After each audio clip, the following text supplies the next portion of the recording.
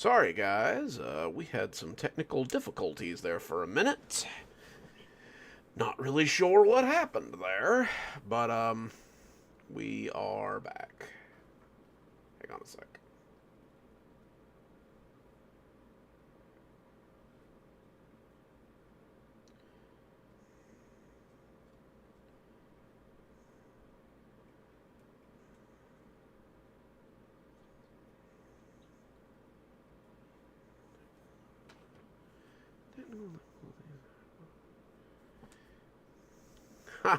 No, sorry about that, guys.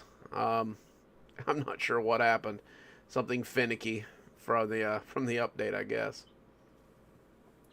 Glad to see everybody's back. You guys want to see something adorable? Hang on. If I could move the webcam to show you, I would, but unfortunately, it won't reach this far.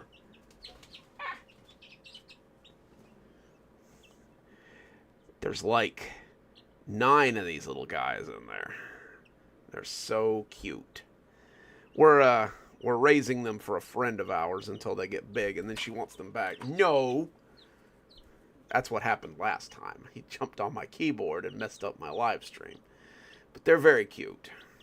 They've got a weird name, but I can't remember what it is. But they will be going to our friend's house once they get a little bigger. Oh. Right now they're at that cute little puffball stage. Unfortunately, Blondie, your grand chicken and her flock are in the backyard now. They've gone on to their big girl pens. Oh, Ernie Jr., hang on. Come on, you.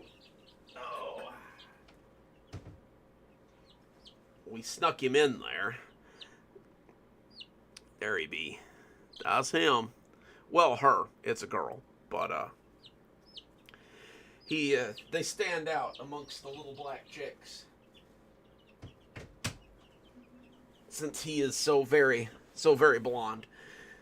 But yeah, so, and as you can see, I've got a bunch of eggs in the incubator. I'm trying to make a bunch of, the chickens that lay colored eggs.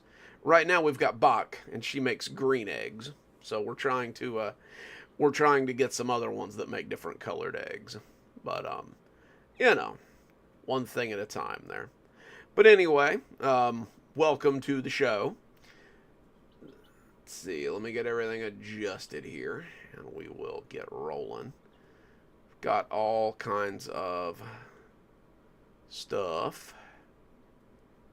New stories and whatnot, Dang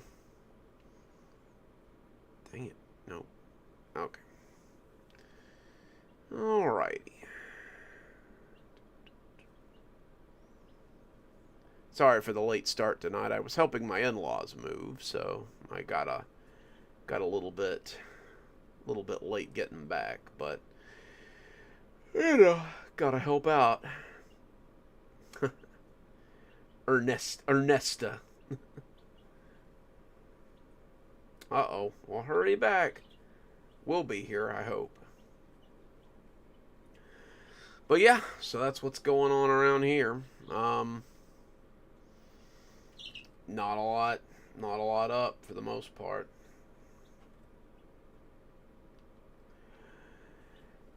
Still in orientation at my job, so, for the foreseeable future, we can continue to have Saturday live streams. I figure it'll only go on for maybe another week or two, and then we'll have to figure out, like, probably a Tuesday, a Wednesday, or a Thursday stream.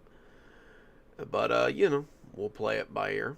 Hello to Shanti and Leia and Blondie and Mastermind, and I'm sure Osiris is lurking in here somewhere. He's a good noodle. But yeah, so we're just... I've got to get the year 8 compilation out at some point or another. It's good to go. I just need to sit down and get it ready. But, that's really about all that's going on over here. We've got some cool stories tonight. We're going to be continuing with our black site stories for now. So, I think there's maybe like another. We're at part 8 now, so I think there's maybe like another, maybe 2 or 3 before we'll swap to another story, so that you guys don't get too burnt out on the black site kids. I like the series, and I can't have you guys getting too overstimulated with them there. Uh-oh. Well, I hope you get better soon, Shanti. I've never had a shoulder replacement, but it sounds like a lot. Knee replacement was, but I've never gone to the other end there. Anyway, let's see. Let's get rolling with some stories here. We're gonna read part 8 of our black site story. Which is it's going to be about Dunstan tonight, so I hope you guys like that. Anyway, this one is Chapter 4, Part 8, called Secret Admirers. And I hope you guys enjoy it. And why the hell would I help you, kid? Dunstan felt the piece of paper shake in his hand. This wasn't the first minder that he had asked. It wasn't even the 10th, but the answer always seemed to be the same. There was some kind of web of silence surrounding these sorts of things, and he didn't think he'd be allowed to break through. Oh yeah. Hang on.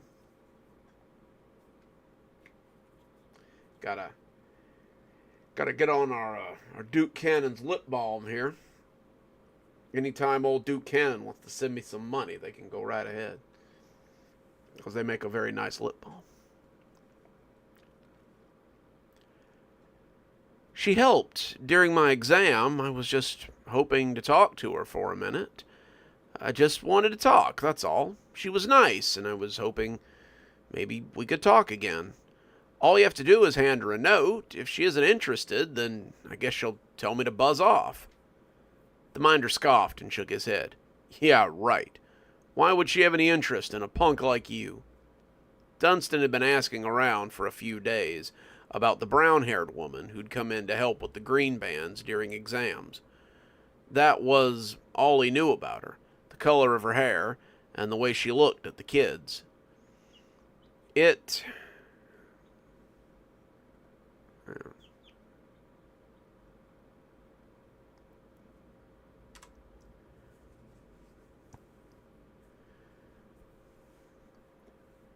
Oh, cool.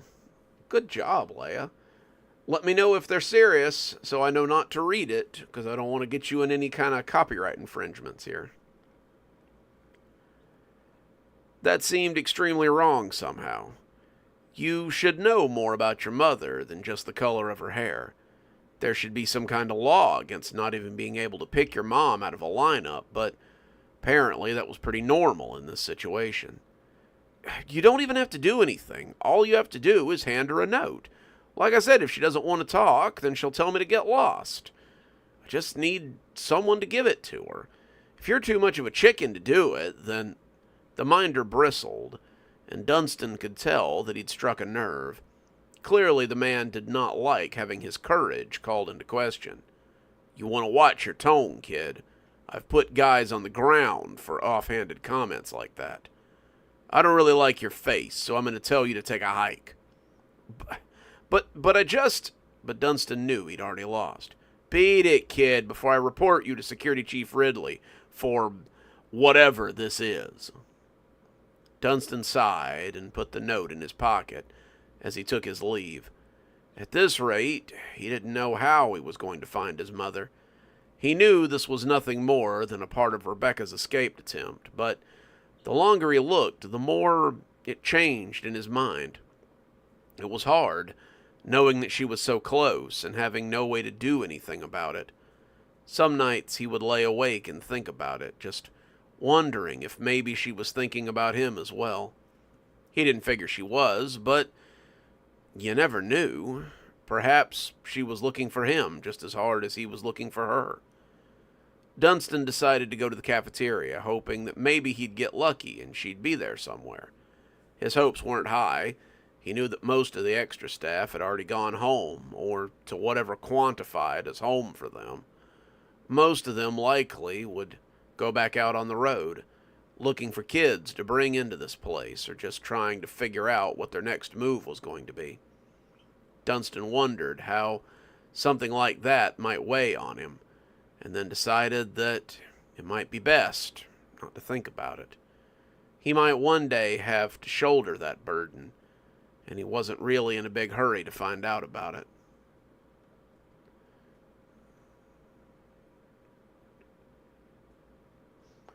Absolutely, Leia. Keep us posted. Hey, Cindy, we're glad you could make it.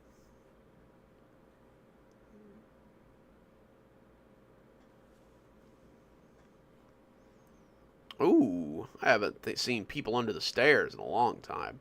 It's a cult classic.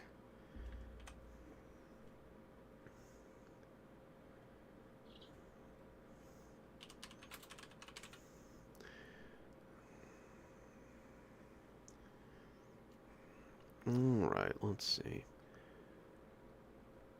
What will it be, kid? Are you getting the chicken, or are you getting the pasta?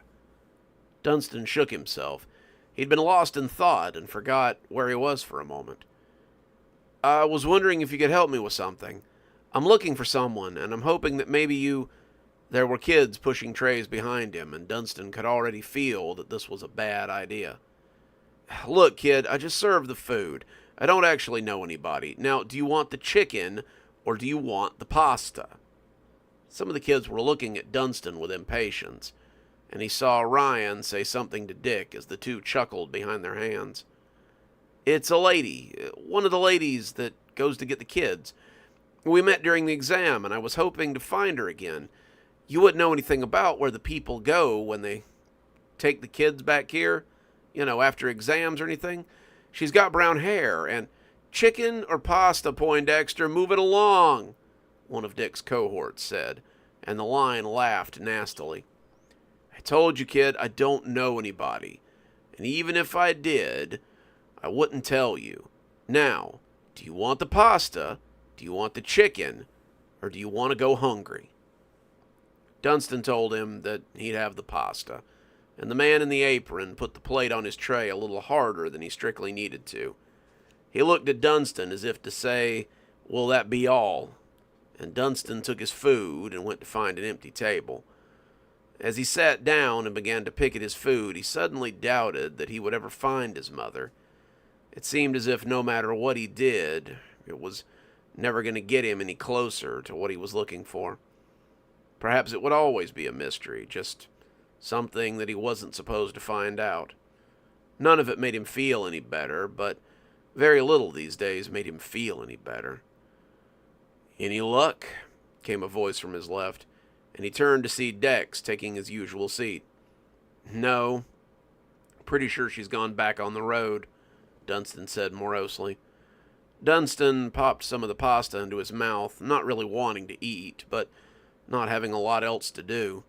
It tasted pretty good, better than the stuff they served at the group home, but there was always that underlying metallic taste that seemed to permeate a lot of what they ate here. It wasn't necessarily that the food was bad, it just tasted as if it came out of a machine, or maybe it was 3D printed onto their plates. Tough break, but maybe you'll still get lucky, and she's somewhere around here. I might find out, too, if anybody was willing to talk to me. I've talked with every minder that I can find, and none of them seem like they want to say more than get lost.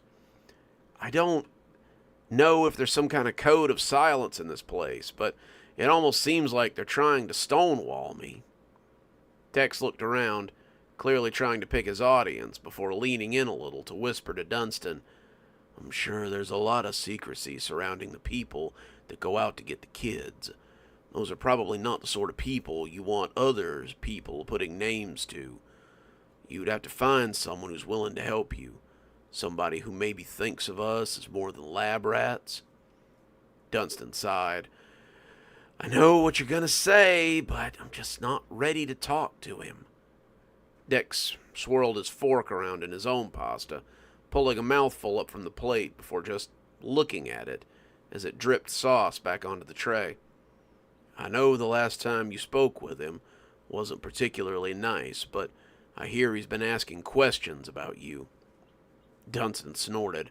Dr. Hammarskjöld probably had been asking all sorts of questions about him.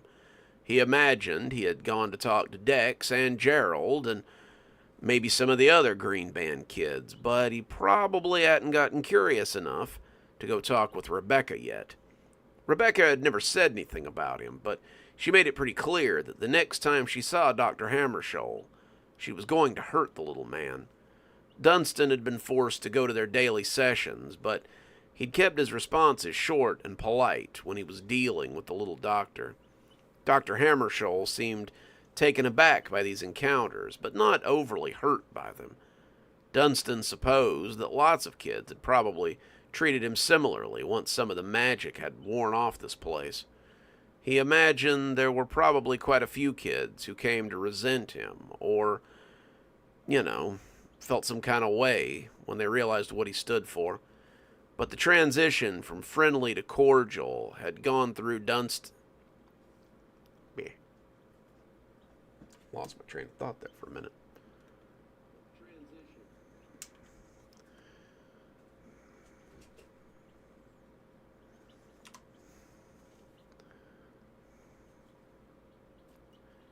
But the transition from friendly to cordial that had gone through Dunstan was more than a little bit strange. He and Dunstan had not been friends, but Dunstan was the kind of guy who liked to joke and cut up with people. He usually spoke candidly to the little guy, but now it was all yes sir and no sir and business as unusual. He had seen the hurt on Hammarskjöld's face, but the doctor had been too much of a professional to bring it up. He had gone by the way...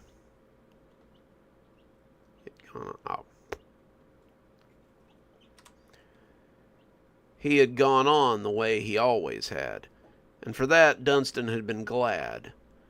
He didn't really want to go on any more field trips into Dr. Hammarskjöld's past if he could help it. "I don't know how you do it. After what you saw in his head, I don't think I could be in the same room with him day in and day out. He knows what's happening to us, and he goes right on doing it. Something really messed up about that." "That's just it," Dunstan said. "I don't think he enjoys what he's doing to us. Not like some of the others do. I get the feeling that there are guys here who really enjoy doing experiments on us and making our lives a living hell. But that's not Dr. Hammarskjöld. I get the feeling that he's just waiting for someone to wise up so that he can get us some help. But it's never going to happen. I'm no genius, but even I can see that he's fighting a losing battle. This administration doesn't even see us as people. We're just a bottom line for them, kids or not. We're just here to serve a purpose. And when we stop serving that purpose, then it's time to get a new bunch of kids."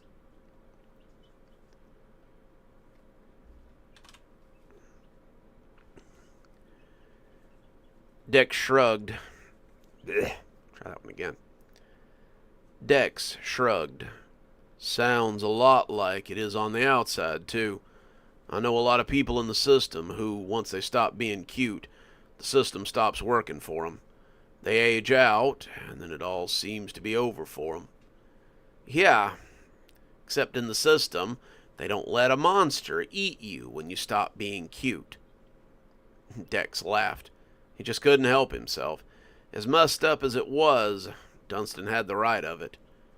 "Well, keep at it, man. After I get done with the spaghetti, I guess I'm off to see if I can find any more holes in the system. Seems to me that it's a lost cause, but Rebecca wants to cover all our bases, and it seems like she's in charge these days." He held out his fist for Dunstan to bump, and as he took his plate and headed out, Dunstan looked back at his own plate with very little interest. He jumped a little when someone tapped him on the shoulder, and he looked down to see the last person that he wanted to find. "Dunstan, may I sit for a minute?" It wasn't rare to find a teacher in the cafeteria, but most of them took their meals off somewhere rather than sitting around and eating with the students. There wasn't a rule against it, but Dunstan knew that if the little doctor was out here eating with him, then it was a little more than a social call. He didn't say anything, but Dr. Hammarskjöld took his silence for acceptance. "Ah, Winter, you're right on time."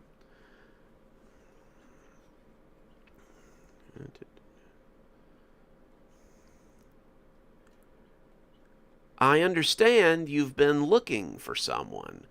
Someone who helped during the midterms?" Dunstan started to ignore him, but finally just nodded, a bit unsure what else to do. Not saying anything would be as good as admitting that he was, and if Hammarskjöld took that back to the mysterious security chief, then it could be really bad. Dunstan didn't have anything working out for his...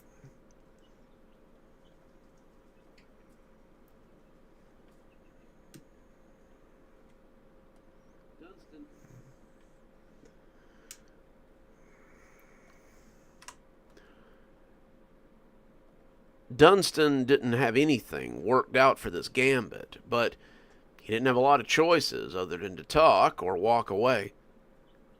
"Who is it? I ask because the only person who helped you during the midterm was me, and I know you haven't been looking for me lately."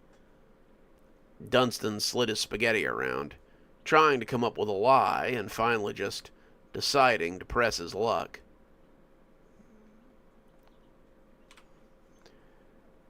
"It's a woman. Brown hair. Pretty, but not in the way most people think. We talked in the hall a few times, and I just wanted to get a message to her. Maybe see if she wanted to talk to me again." Dr. Hammarskjöld looked skeptical, but seemed willing nonetheless. "You've done me a kindness, Dunstan, and I'd like to pay you back somehow. I'd be willing to take a look, and all I ask is that you let me read the message before I pass it on." Dunstan felt his hand tighten around it. "Why?" Dr. Hammarskjöld shrugged comically. "Because I want to make sure that it won't get me slapped or something. Trust me, Dunstan, nothing I read will go any further than us. Scout's honor." Dunstan doubted the little man had ever been a scout, but that didn't matter. If it had been anyone else, Dunstan would have kept the note and left immediately, but he'd taken a peek inside the little doctor, and he knew that if he said he wouldn't tell, then he wouldn't tell. He slid the note, their eyes locked on each other, and as Dr. Hammarskjöld glanced at it, his eyes grew very large. "Are you serious?" he asked, his small hand covering the note. Dunstan nodded. "No one else but her. Are we understood? Otherwise, I will sit down in class and touch nothing for the rest of my time here." Dr. Hammarskjöld sucked in a breath. "Dunstan, if this is true, then someone should know. Ex-students having children is normally highly frowned upon, and it could lead to... You said you wanted to pay me back. Hand her the note or don't, I don't care. But if you screw me over, I'm done helping you at all." Dr. Hammarskjöld looked at the paper again, and then nodded once before pulling the note into his pocket and leaving his tray on the table as he headed for the office in the back of the house. Dr. Hammarskjöld hoped that he would find her, because this was news indeed. And there you go. That's story number 1. Let's see. Let's file that one away for later, and we'll pull up another one. Oh, I should know better than to eat fast food before a live stream. Oh, hey Gina, we're glad to have you. All right, let's see. What next? What next? I guess we could go ahead and read Our cashmere story for the week. Everyone loves a good cashmere story. I tell you what, I'll send you guys some of my weather. I think it's like a solid 46 here tonight. You can tell because I was able to put the little burbos outside, which we haven't been able to do for a couple of weeks. And it's supposed to get cold next week, but again, it'll be around in the 20s. Alrighty, so let's read our cashmere story about a familiar face who maybe is being tempted by another familiar face. So, let's hear this story called A Word from our sponsors, and I do hope you guys enjoy it. Angela Frosky was folding laundry when a sudden shudder ran through her body. Something was going on. Something was happening with her baby. She needed to find out what was going on. She needed to hold him. She needed to see him. She needed to be sure that he was okay. She needed to hold him and kiss him, and sanity reasserted itself, and the voice it used was the voice of Dr. Winters. Her son, the one she was looking for, was not real. He was a trick of her mind, meant to ruin her. Her only son was sitting in a classroom in Kashmere Elementary, probably coloring or doing something with his friends. The son she mourned had existed a lifetime ago, and would likely never come again. She needed to get a grip on reality, so that she could go on about her life as she was meant to. On the TV, Drew Carey was joking with a round-faced woman who was trying to guess the price of a new washing machine. Angela loved The Price is Right, and desperately wished that it would come to Kashmere. Angela was sure that she could make it to the Showcase Showdown because she had always had a head for prices. Sometimes she could just look at something and know what it would cost. She often had exact change in her hand whenever the kid at the grocery store was done ringing up her order, and excuse me.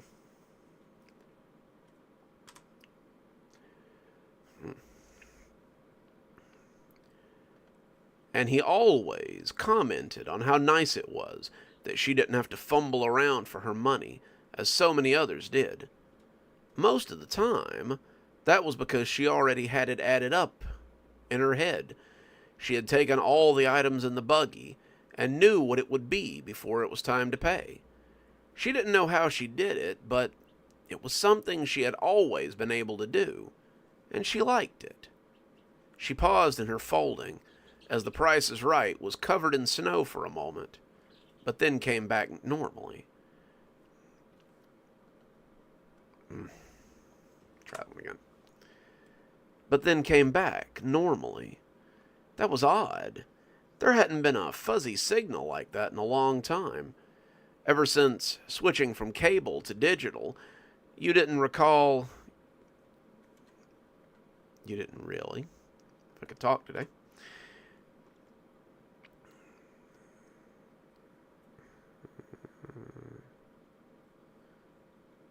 Okay, where were we? You didn't really get a lot of that unless your service was going out. Angela didn't give it another thought, just went back to listening to the show as she folded her husband's pants. He liked having clean pants to wear, especially since he worked outside a lot. Clean pants were something he thought very highly of, and she wanted him to have them. The TV static came again, and this time the program was interrupted by something else. Angela reached for the remote, thinking it had swapped channels somehow. But she stopped as the commercial zoomed in on a farm out in the Midwest somewhere. The fields stretched back from a little Quaker village that seemed so quaint and neat. As Angela watched, the camera zoomed in on a general store and then in through the doors so she could focus on a man who was cleaning the bar of a...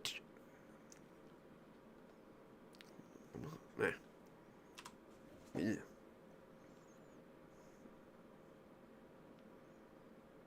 Oh, nice.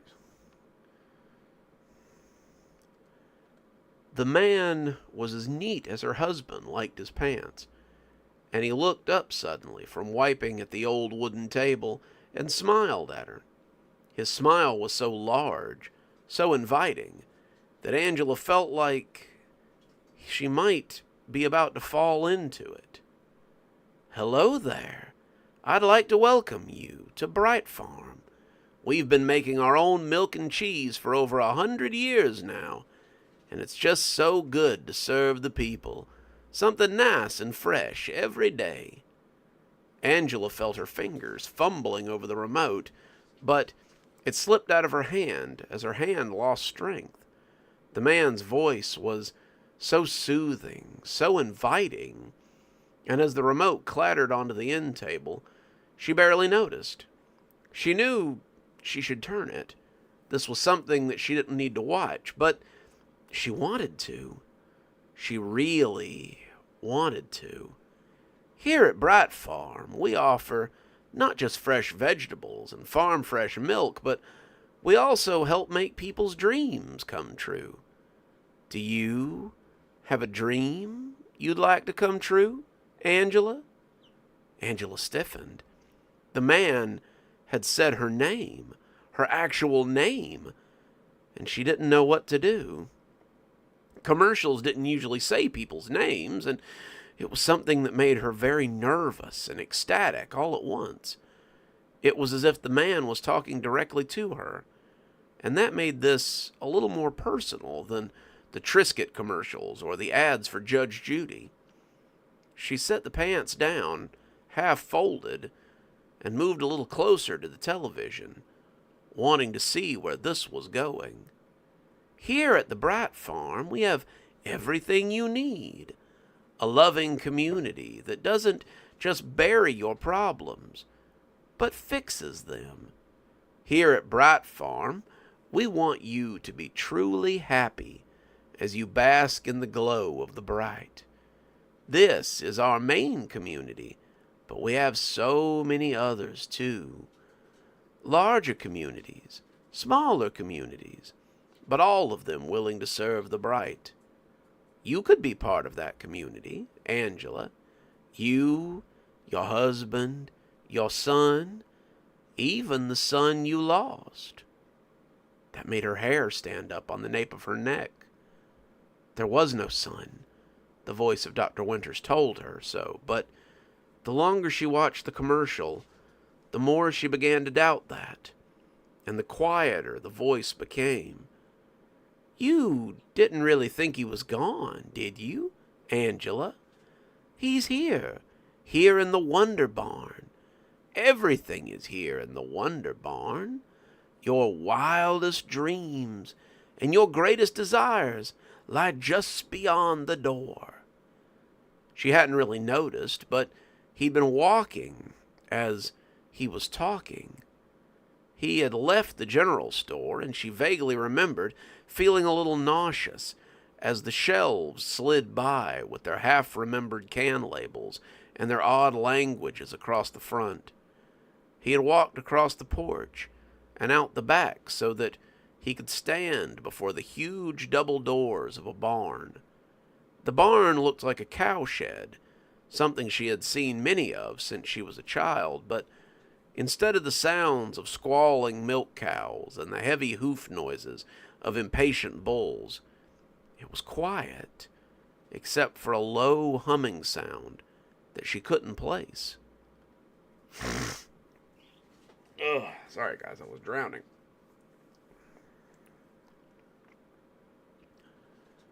The barn looked huge. The doors were easily 12 feet tall, and she wondered why they would need to be so big. What could live in that barn that would need to be so big for it to get out? I promise you, he's here. You can come and find him anytime, Angela. I could. She felt a little silly talking to the television, but somehow she knew that the man on the other end could hear her. He could hear her, of course he could. He was talking directly to her, so why wouldn't he be able to hear her? She was very close to the television, her face about a foot away from the screen, and she wondered if she could just fall into the TV if she listened a little longer. It wouldn't be a TV then. It would be a window. It would be a window to somewhere else, and she could just lean forward and fall right in and be there with her son and her family and the strange, smiling man. All you have to do is let us into Kashmir. We just want to bring joy to people. We don't want to hurt anyone. Some of the people in your town think that we're bad, and they want us kept out. You've spoken to me, Angela. Do I seem bad to you? Angela shook her head slowly. The man seemed all right to her. He seemed nice, in fact. He would do right by her. She knew it. Good. Then, all you have to do is let me in. You just have to let me in. How do I do that? She had spent years trying to forget her dead son, decades trying to expunge him from memory. But now, it was all she could do not to throw away all that mental conditioning and just accept what this man had to offer. All you have to do is... But the sound of a door made her shake her head and lift her face away from the TV. Hey, honey, sorry to startle you. We had an early day today, so I went ahead and came home. Somebody drove a front-end loader into a ditch and... are you okay? You look a little funny. Do you need to go see Dr. Winters or something? Angela turned back to the TV, where Drew Carey was telling them to spay and neuter their pets as he closed the door.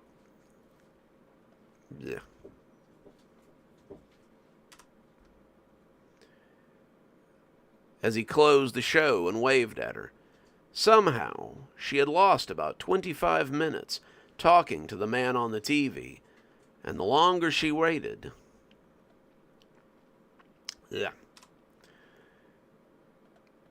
And the longer she waited, the less sense it made.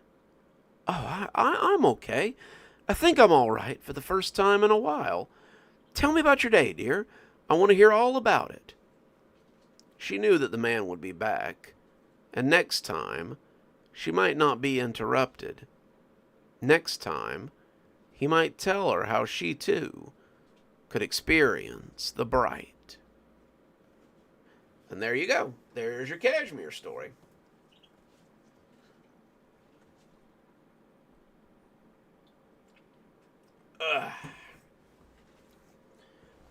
Whew.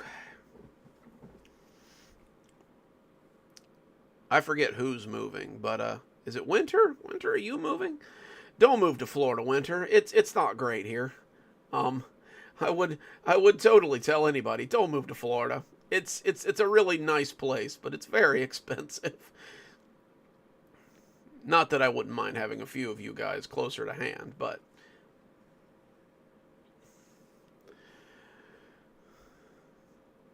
I know. We got a lot of bright incursion here. Let's see, where to next?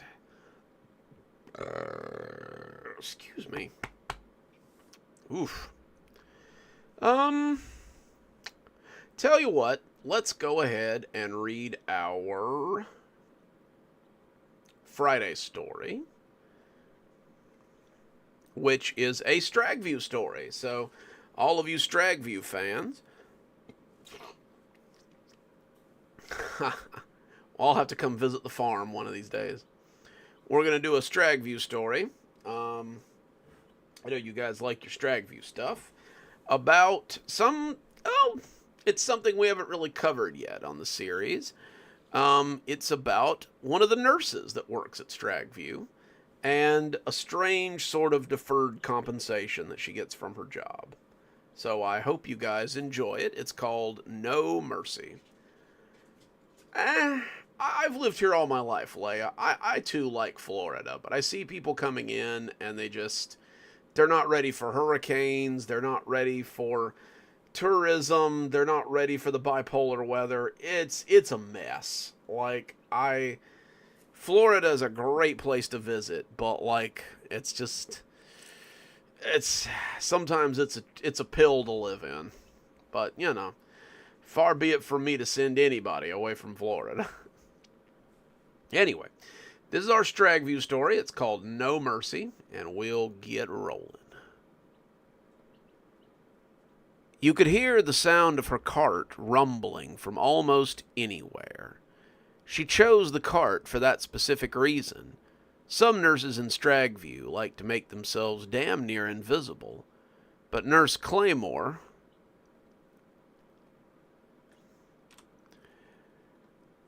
Claremore liked to be seen.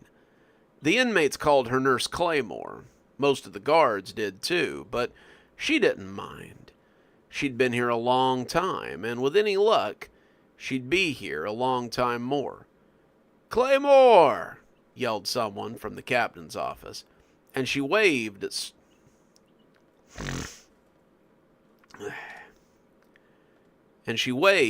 Sergeant Sheffield as he lifted his cigar. "Where are you heading?" "Well," she said as she wheeled her noisy cart closer, "I was heading to confinement so I could get my evening blood draws done, but I suppose I could be tempted to stay if you offer me one of those cigars."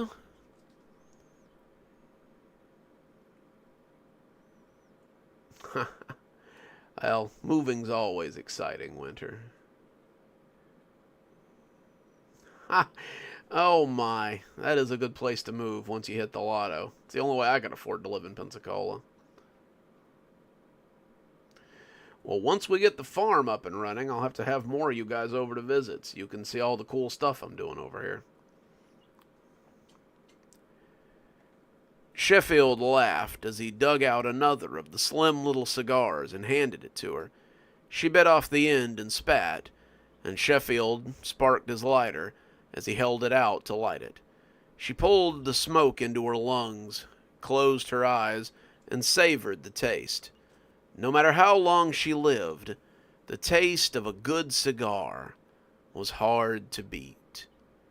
"Those things'll kill you," Sheffield said with a laugh.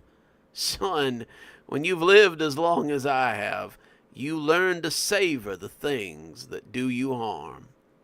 "How long have you been doing this, Claymore?" Nurse Claymore snorted, and it sent smoke up into the pitch-black sky. "Longer than you've been alive, I'd wager." "Do you ever think about retiring?" Nurse Claymore gave him a very hard look. "Why? Are you tired of me?" "No, God, no. You're one of the best nurses we have on shift. I only mean there has to be more out there for you than this." She smirked at him, tamping ash onto the sidewalk, before pitching the end off and savoring the rest for later.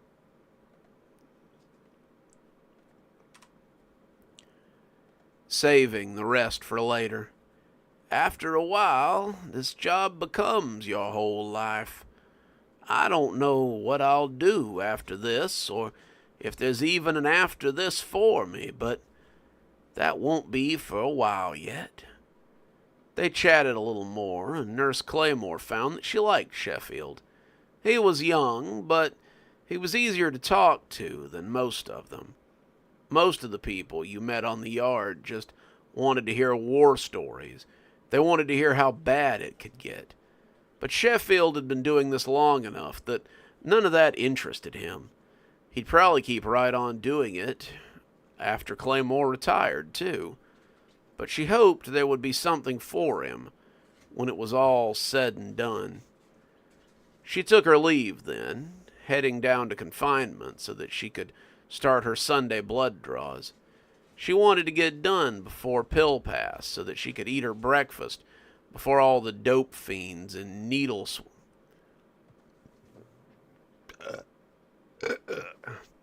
Excuse me.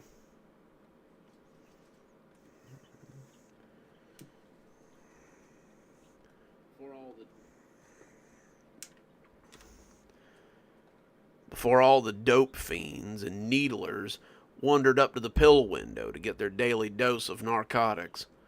The 30 minutes was something. What?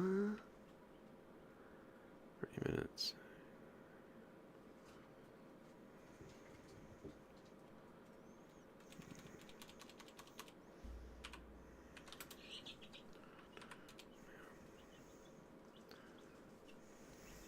That was a weird one.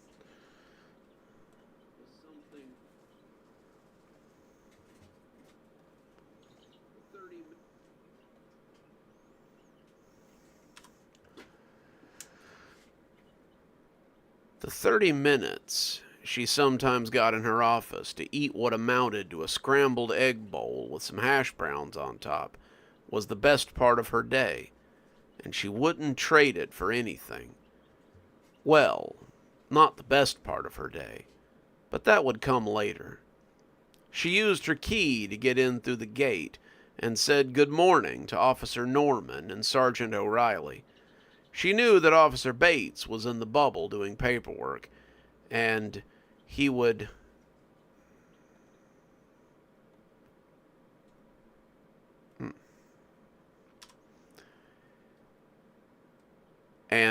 nod at her when the other two finally led her onto the floor. They were smoking as well, a filthy habit that most of them picked up within their first year. She supposed she couldn't say anything, but her situation was a little bit different, and she did wish they would take their health a little more seriously. Officer Norman still looked to be in fighting shape, but Sergeant O'Reilly was pushing 55, and it looked like one more box of Hot Pockets would be the end of him. "Big list tonight, Claymore?" "No bigger than usual," she responded jovially. "That's what she said," O'Reilly barked, as he laughed at his own joke. Officer Norman rolled his eyes at him and held his hand out for the blood draw list. Officer Norman would probably be Sergeant Norman before too much longer, and Nurse Claymore wondered if they would let him take over for O'Reilly. She supposed O'Reilly would stick, and they would have to send in another officer to take up Norman's post. Norman would have been a much better sergeant than O'Reilly, but that was for the captain to decide, and Claymore tried to keep her nose out of it. "I thought you said this was a short list. There's close to 25 inmates on here." "I said it was the same length as it was last weekend. It's not my fault you just got back from vacation and can't remember how we usually have." Yeah. Got a little too into my voice there.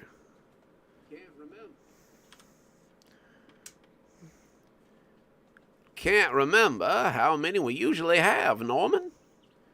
Norman laughed and opened the door for her as the two of them proceeded onto the quad. O'Reilly made some comment about finishing his smoke, and the leavings of his cigarette wafted through the door after them. They'd have to wait for him to get done, but Officer Norman began taking out restraints and making notes on who to pull out of which pod. Officer Bates nodded at her, just as she'd known he would. "Damn, Claymore, are you working overtime again? Seems like I see you all the time." "No, I just had a couple of days off, don't you remember?" Officer Norman seemed to think about it for a minute, and then shook his head as he said he must be confused. Officer Norman was not confused, but it had been heavily suggested that Claymore not let them know that she worked 7 days a week. Ooh, excuse me.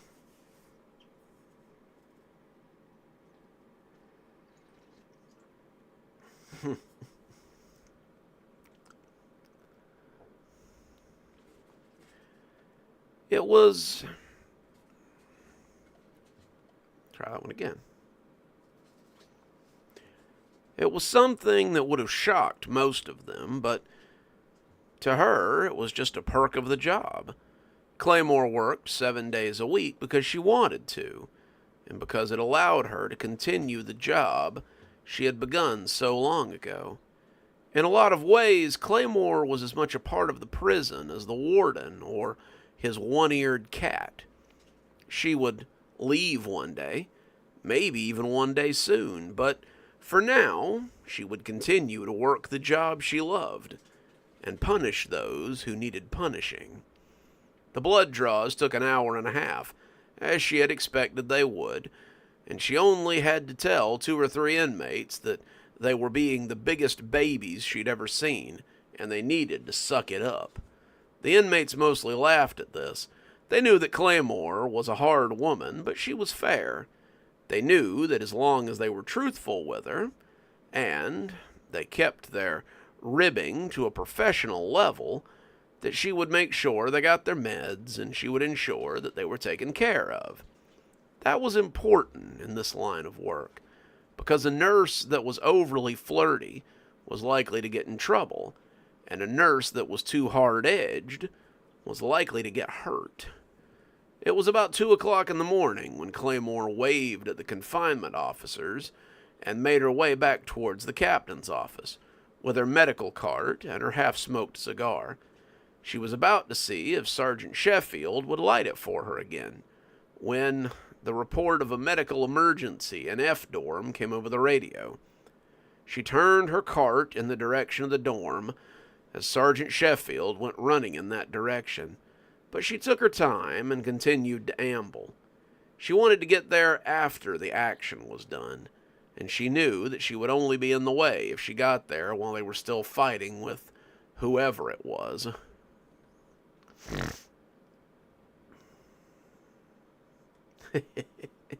Oh, I even read that in the voice, Winter. Damn.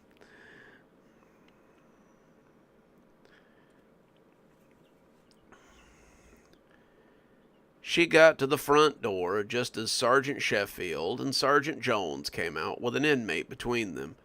He was oozing blood from a cut over his left eye, but he ultimately didn't look too worked over. She did an inspection of the inmate, a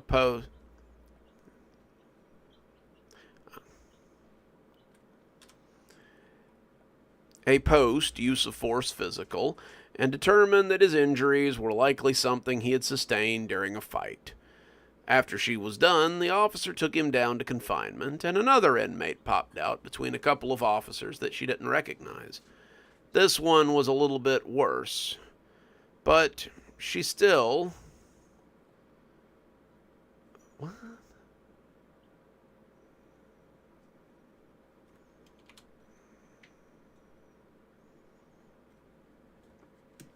My goodness. But Grammarly does have some trouble with the English language sometimes. But was still frisky enough to tell her how the other inmate had tried to jump him and had gotten more than he bargained for. Nurse Claymore told him he looked like he had gotten the worst of the exchange, but she determined that most of his bruises were superficial and told them that they could go ahead and take him to confinement. With that done, she turned her cart back up the hill and decided it might be time to go have her breakfast. But first, she was going to stop in and see an old friend who had likely wondered when the old nurse would be by to visit. It was about 2:30 in the morning when she pulled her cart into the medical back door. She pushed it into the pharmacy, locking the door behind her, and went to her office, where she took out her breakfast and put it in the microwave. The instructions told her it would cook for 5 minutes and then needed to stand for 2, and she set it up before reaching into her desk and taking out a small leather zipper bag. The bag was old, turn of the century old, but it was softer than sin and as familiar to Nurse Claymore as a lover. She slipped it into her pocket and then headed for the infirmary, where they kept the inmates who were either infirm or just quite not well.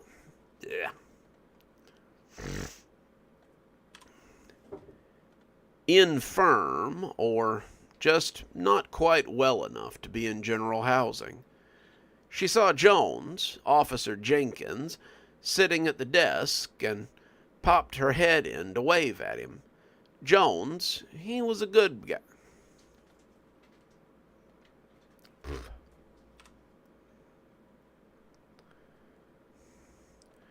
Jones was a good one, fair but a little bit hard, and she always had a smile for Nurse Claymore. "How's it been tonight, Jones?" "Oh, you know, the usual. Complaints and grumpy old men and the usual guys trying to get more than they deserve." "Have you heard anything out of cell number 5? "He mumbled a little bit, but other than that, he's been pretty quiet. The man's nearly 100 years old. I'd expect nothing less. I don't know how much longer he's going to be with us." Excuse me. "What makes you say that?" Nurse Claymore asked, with real interest. "Officer Clipper on day shift said he stopped eating lunch, and he barely eats breakfast.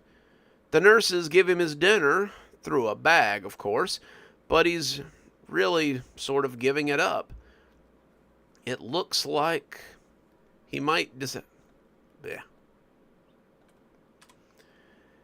It looks like he might have decided to shuffle off." Nurse Claymore.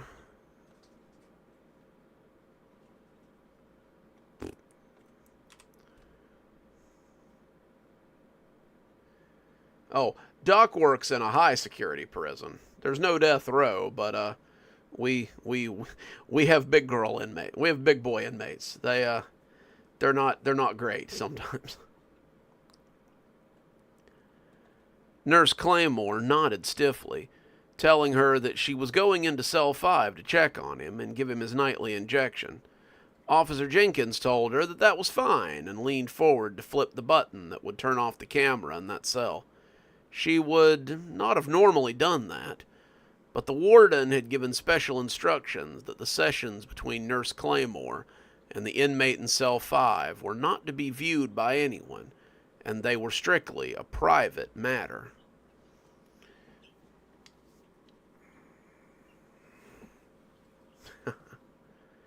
Nah, most of them are big babies. They're not really that dangerous, but, you know, we get some head cases every now and again.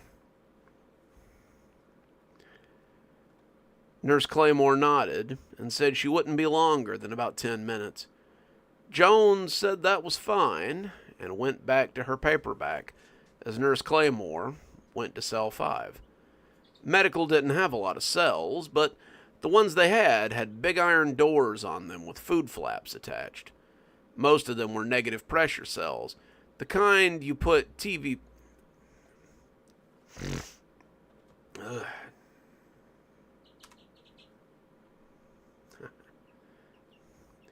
the kind you put TB patients in, but this one had a key that was different from the others. Most of them could be opened with the big gold keys that all the stations had, but this one took a chunky brass key that only Nurse Claymore had. The day shift often complained about it, but Nurse Claymore was the only one who could enter and exit that cell. This was under strict orders by the warden, and no matter who it was, they knew better than to argue with that one.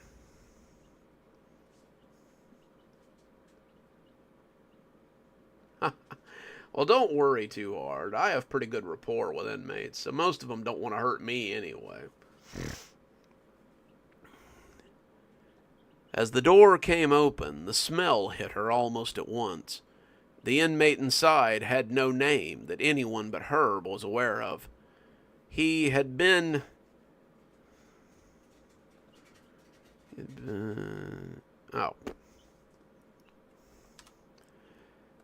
He had been at Stragview for so long that there was speculation on when it was that he had gotten there. Some people said he'd been there for 80 years, others said it had been 100, but only Nurse Claymore knew that he had been there since the turn of the century. He had been sitting in his own I swear. He had been sitting in his own filth, and that was just fine with her. The inmates did not get close. I swear. Grammarly makes some odd choices. I've got to start proofing these. Meant to do it today, but just ran out of time.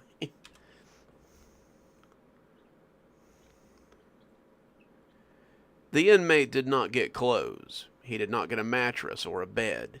He did not receive showers, and he did not receive food that he did not get up and go to the flap to get himself. He was a miserable old man. Burbos, chill out. My goodness. Cheap, cheap, cheap, cheap, cheap, cheap, cheap. He was a miserable old man, but as his eyes rolled up to meet hers, she remembered the way he had been when he was still young and vital. "Hello, Donald." The old man shuddered as she said his name, but he didn't have the strength to do much more than turn his eyes to the ceiling instead of looking at her. "Do you remember me?" He said nothing, and when she turned her face to look at him, Ha! Absolutely not, Blondie. Grok wishes they could write this good.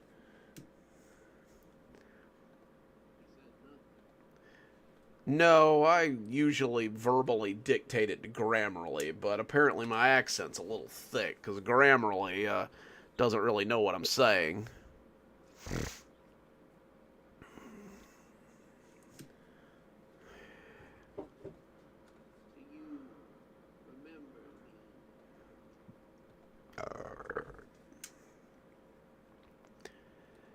He said nothing, and when she turned his face to look at her, he shook like a kicked puppy. "Do you remember me?" "Yes, Patricia." His voice was dry and wispy, like a shriveled leaf. "Good. That means it's time for another injection." She opened the bag and took out the vial of cloudy gray liquid. The syringe was far longer than it needed to be, but Nurse Claymore didn't care about that. She wanted it to hurt, knew that it would hurt, just as he had promised that it would. She'd been doing this since the day after the man had come to prison, and she'd been doing it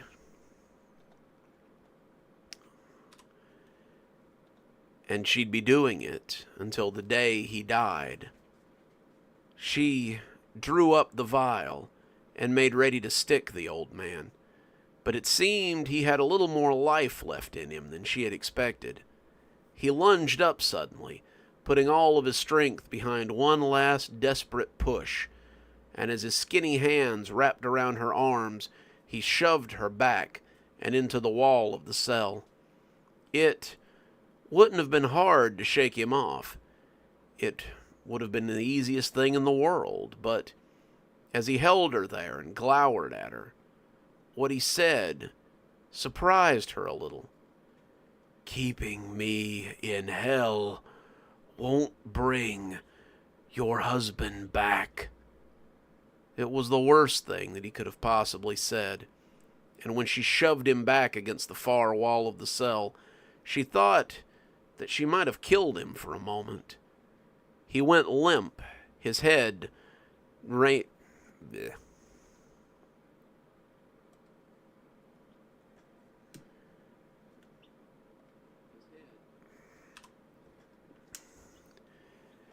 his head leaning to the side, and she came forward to check his pulse, just as a dry laugh began to bubble up from the depths of him.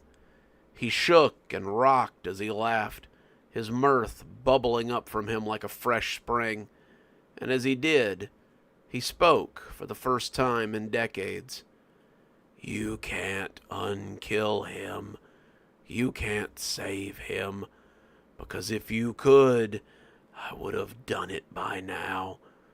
You think keeping me in hell will bring him back? No one can bring him back.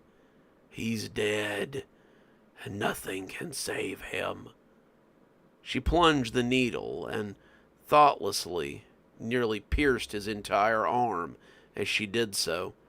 The liquid slid into his veins, making him buck and kick as he slowly descended back into the madness that had enveloped him. He would stay like that forever. She knew that. There would be no coming out for him. Not until death finally took him. He'd earned this, just as she had. She wasn't going to go back now. "I've watched you do this every day for the last 100 years or so, but it never really gets old, you know." She turned, and there was the warden of Stragview. He was hunkered in the corner like some terrible ghost, and as he spoke to her, she tried her best to keep the shake out of her arms. He'd been standing just like that in the corner of her room when she had first met him and offered her the deal. She'd been afraid then, too, and she was afraid now. "Are you ready for me to release him?" The year had been 1906, and this man, Donald Calloway, had killed her husband. John had been a good man, a decent man, and this man had stabbed him to death for the money in his pockets. He was after something, drugs or food or booze or whatever. But whatever he'd been after, her husband had been just as dead. She'd gone to his trial every day to make sure that he got what he deserved. And when the sentence had come down, it had been anything but fair. The lawyer that his family had paid for had claimed that there were no witnesses.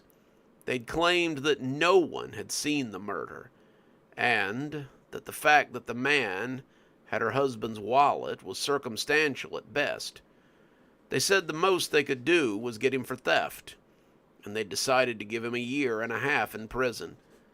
She'd hated everyone involved, hated the fact that this man would go free simply because her husband had been in the wrong place at the wrong time.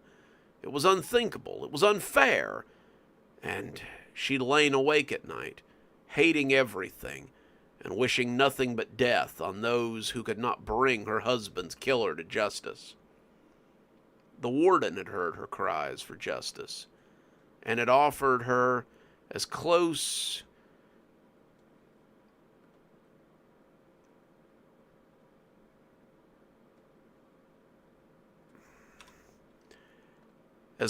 as he could to real closure. It wasn't justice, not really, but it would do. "No," she said, and she looked down at the pathetic thing. "He'll get his just desserts someday, but not today." "As you wish," the warden said, and as he disappeared, she came out of the cell and slipped the bag back into her pocket. She was sure that her breakfast was done, and she wanted to eat it before it was time to pass pills. Even after more than 100 years on the compound, breakfast was a simple joy that she liked to savor. And there you go. Let me get some water. So as you can see, Stragview's got all sorts of ghosts. Oh, give me a second. Let's see what my wife has to say here.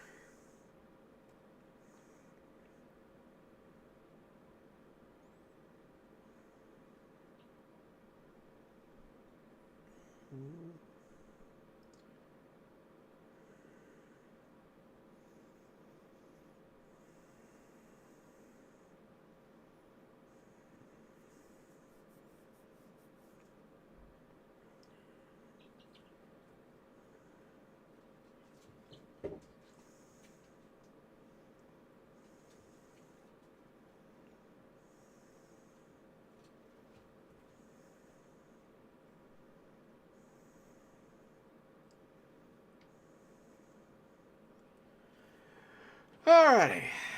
Let's see. What next? What next? I guess we'll move on to our short stories now.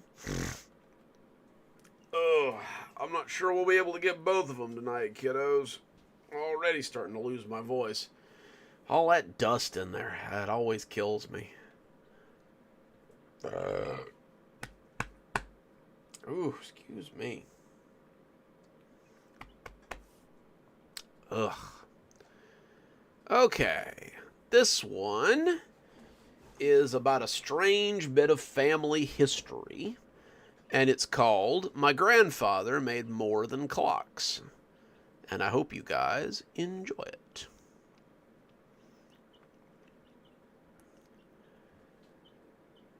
I've been staying with my mom recently, but it's been anything but a social call. Mom and Dad had been married for the last 70 years, and most of their early lives had been spent in northern Germany before they finally moved to America. Mom and Dad had been very close, both of them having grown up together, and they'd been married at 16. They'd only been about 6 years old, maybe less, when they... I read that wrong. And they'd been married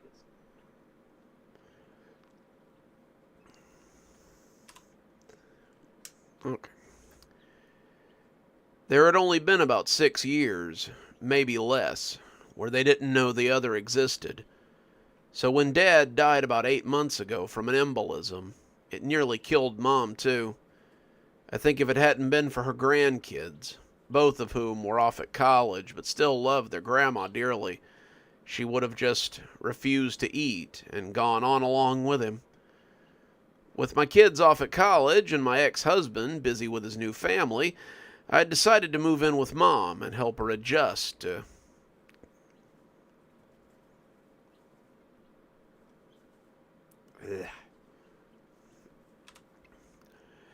I decided to move in with Mom and help her adjust and give her somebody to talk to.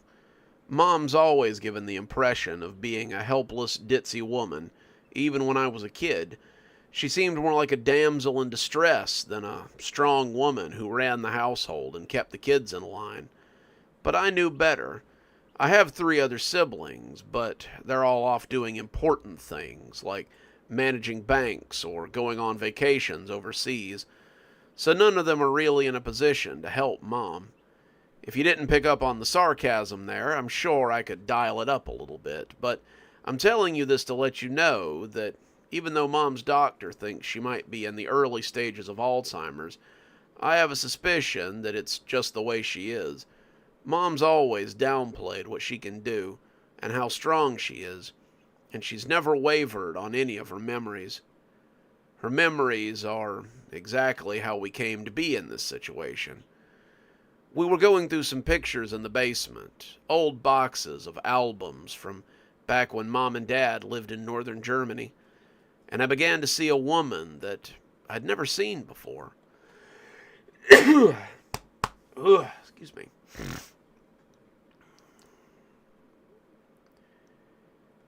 She looked a little like Mom, but not in the way that siblings usually do. She and Mom were almost identical, but I don't mean to sound mean, but it's in that way that you might find a Cabbage Patch Kid or a Barbie doll that sort of looks like you. Her skin was flawless, her hair was almost perfect, and if she hadn't grown at the same rate that my mom did, I think I would have assumed that she was a toy her parents had bought for her. I asked Mom about her, and when she leaned in to get a better look at the picture, she suddenly smiled in a way that I didn't like. It was a smile that was equal parts fond memories and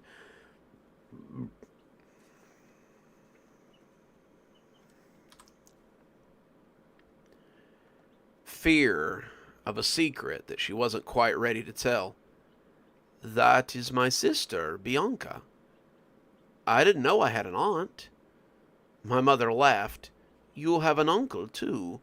Your Uncle Dmitri didn't live past childhood, and it was a miracle that your Aunt Bianca was born at all."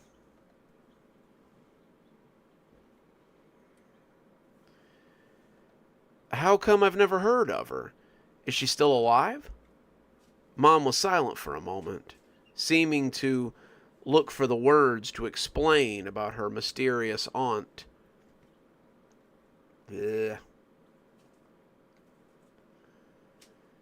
Sorry, guys. I'm having trouble reading tonight for some reason.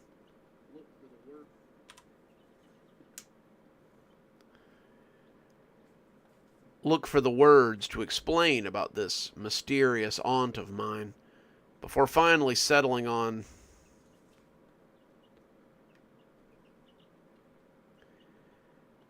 I don't know. I haven't seen her in a very long time. We lost touch when I left the old country. She moved on to the next box, but I wasn't ready to give up yet. It's always weird when you discover that you have relatives that you've never even heard of. Mom never talked about Dimitri or Bianca, and I always assumed that she was an only child. I figured that's why she had the four of us, my siblings and I. Perhaps she didn't want us to be lonely the way that she had been as a child, so she'd made us little friends who would never be far away from one another. Mom seemed hesitant to talk about her childhood in the old country, but I guess I finally worried her down because when she set the box aside and turned to look at me, I could tell she was a little bit out of sorts. Are you sure you want to know? It is something I haven't shared with anyone in a long time, and the stories from the old country are not always nice. I told her I did. Who wouldn't want to learn about family secrets? She passed me a box, telling me that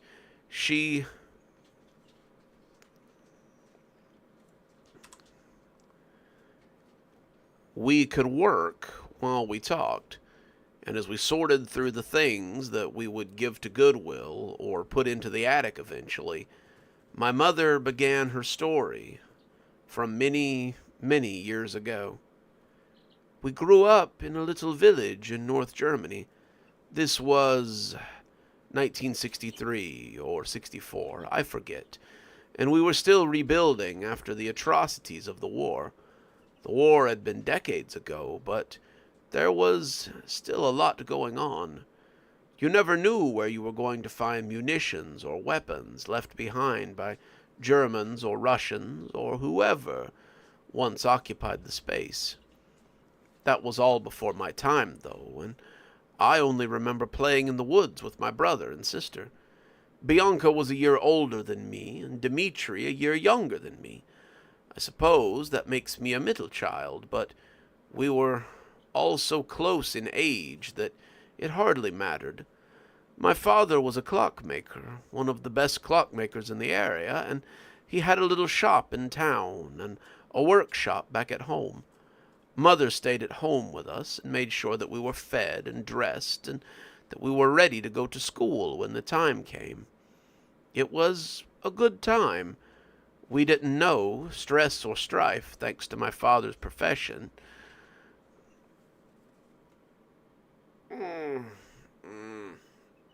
Sorry.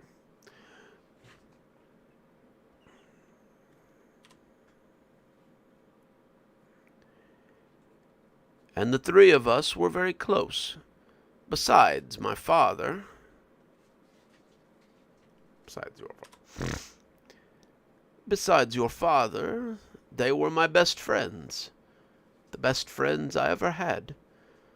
One day, while we were playing in the woods, we found something that we'd never seen before. It was an old building. There were sandbags and barbed wire everywhere, and I was afraid to go near it. Dimitri was only 3, practically a baby, and he clung to my leg and looked at the spooky old thing and cried. Bianca was closer to 6 than 5, and she told us that we should go have a look. I told her that it was scary, and I didn't want to go anywhere near it.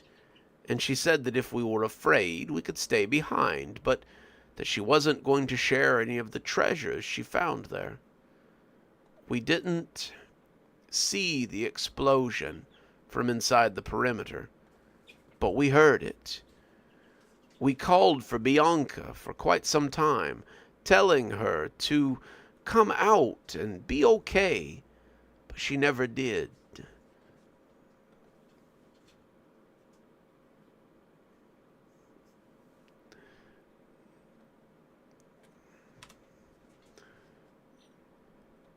We went and got my mother, and when she heard what had happened, she went and got our father and some of the men from the village. They went to the police, and whatever they found, they clearly didn't like. We didn't see Bianca for a while after that. All we knew was that Mother was very sad, and Father spent a lot of time in his workshop.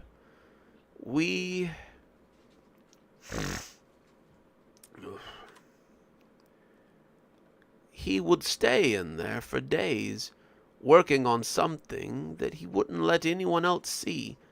You could hear him in there tinkering deep into the night, and I heard Mother ask him several times what they were going to do with Bianca.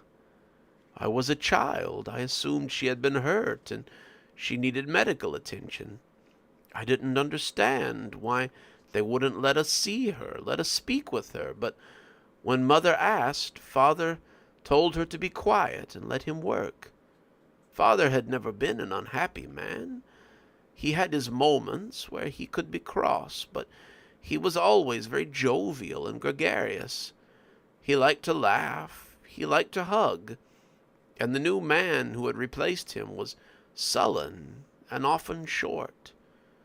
It took 6 months before my father approached anything like his normal self again. In those 6 months, I saw him go through many changes. Sometimes he was short and sullen. Sometimes he was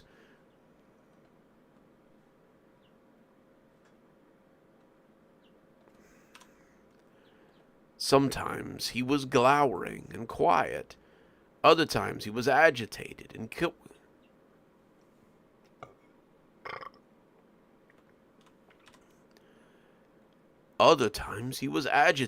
quick to anger. There were times when he would come out of his workshop and smile and laugh, and I would think he was about to go back to normal, and whatever had happened to Bianca was behind him. Sometimes he would come out of his workshop, and you could tell by the shadows gathering around his eyes that he was not to be trifled with. We lived like this for 6 months, and then one day he came out and sat at the table, and it was as if my father was his old self again. "Rachel, I have the most wonderful surprise for you. Your birthday is next week, and I've gotten you a gift beyond measure." Oh, sorry, guys. Ugh, allergies are really kicking up.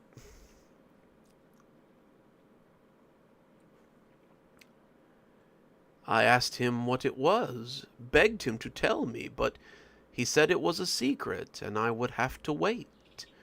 Mother smiled at him, but it was a smile full of questions. Father wouldn't tell anyone. He told all of us that we would have to wait and see what he had done. It was the longest week of my life because Father always made me wonderful things for my birthday. He was a clockmaker, but he was also something of a tinkerer as well. One year for Christmas, he made me a beautiful dancing bear that would sway its arms and wiggle its feet to the sound of a music box. Another year, he made me a music box with a ballerina that spun around.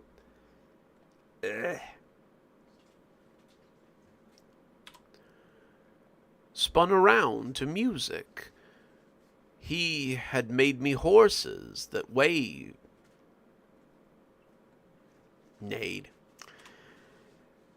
He had made me horses that neighed and soldiers that saluted, but this was beyond anything he had ever done. As I blew out the candles on my cake, he wheeled out something about my size underneath a sheet. My mother looked astonished, continuing to look at him as if to ask what he had done. Not, what was this thing? Her eyes told me she was asking what it was he had done. He pulled the sheet off like a magician doing a trick, and There she was. It was Bianca, just as he had...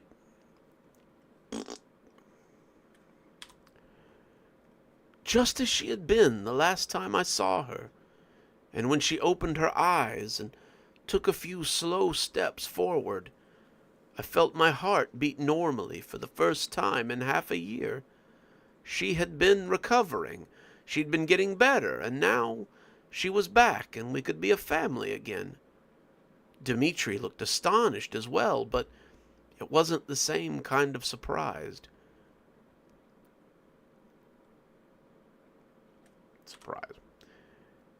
It wasn't the same kind of surprise. Meh. Dmitri was younger than I, but he didn't seem to understand what he was seeing. Perhaps he was just as shocked as I was, but he looked at Bianca as if he expected her to grow fangs and turn into a monster. He cried a little and grabbed at our mother's leg, but his fear was nothing compared to the way my mother looked at Bianca. She looked at my sister and then at my father as if he were a magician who had pulled something wicked straight from hell. "Look, Rachel, it's your sister. She's come back to wish you a happy birthday. I had told you all that she was only resting, that she would get better, and here she is." I was enchanted. I had missed Bianca fiercely, and I moved forward to hug her before my father could stop me. I pulled back as my arms gripped her, and something didn't feel right. There was none of the usual warmth that I usually received from her. She felt hard and pokey, and I had moved away before my father could put a hand between us. "Be gentle, Rachel. Your sister has been through a lot, and she may not be fully better yet. Give her some time to recover, and I assure you she will be just as she was." I looked at Bianca then and noticed something else that I should have seen right away. Her eyes were still blue, but they did not move like normal eyes should. They scanned this way and that, moving about as if they were the animals in one of my father's cuckoo clocks. They didn't blink either, and when she spoke, it sounded oddly metallic. "I have missed you all. I am so glad to be better again." We had Bianca for 12 wonderful years after her accident. Bianca moved about the house as if she had never seen it before. She moved like an old woman with glass in her joints. Father told us it was because of the accident and that she might be more like herself one day, but we had to be patient. My father... Meh. My sister did not run and play like she used to. She sat a lot, she read a lot, and sometimes I would see her just standing in a room as she tried to make sense of whatever it was that she saw. She was different, but I was glad to have her back. Dmitri was not so pleased. I do not know if it was that he didn't trust her, or if it was that she was so strange that he couldn't trust her, but he began to watch Bianca religiously. When he was younger, he had the scared eyes of a child who's trying to avoid a monster. But as he grew up, he began to look like a hunter who was figuring out how to stalk a strange and dangerous beast. Mother was the same way. She didn't like to be in the same room as Bianca. I don't know if it was fear or just that it made her sad to see her daughter that way. But she would find excuses to be elsewhere if Bianca was in a place. She burned dinner several times because Bianca was in the kitchen. I saw her wet herself once because Bianca had been in the bathroom for nearly 2 hours doing something. She didn't like something about her, and it made her avoid my sister at all costs. When I was 12 and Dmitri 11, he began to become more obsessive. Bianca and I shared a room, and I would find him standing in the doorway some nights just staring at her. He wouldn't say anything. He wasn't being particularly creepy about it, but it was as if he were observing her to see what she would do. She was an insect or an interesting flower that he wanted to understand, and the longer it went on, the more I began to look at her as well. Every year, our father would take her into his workshop so that a doctor could look at her. Father worked a lot from home those days, working on some project or another. He had stopped paying for his workshop in town and simply brought his work home with him so he could continue to pay bills and ply his trade. He would take my sister into his workshop for the whole day, and when she came out, she would be different, larger, taller somehow. She didn't age like normal people, and Father said it was something that happened after her accident. These things were normal to me, so I never questioned them. Looking back, the signs that something had happened to my sister were obvious. A week before my birthday, Dmitri approached us as we sat in the yard and asked if we wanted to go for a walk in the woods. We said yes, because a walk sounded nice, but once we got close to the site of her accident, Dmitri pointed to the bunker and said, "Do you remember this place, Bianca? You should. It's the place where you died."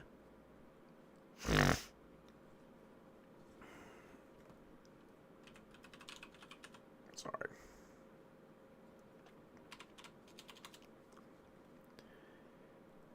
I was confused. I told Dmitri that wasn't funny and that he needed to stop. This was probably something that Bianca didn't want to relive, but he just kept right on. "They've been lying to us. That's not the same Bianca. I've been watching her for years, and I know it isn't her." Bianca turned to look at him, and I went...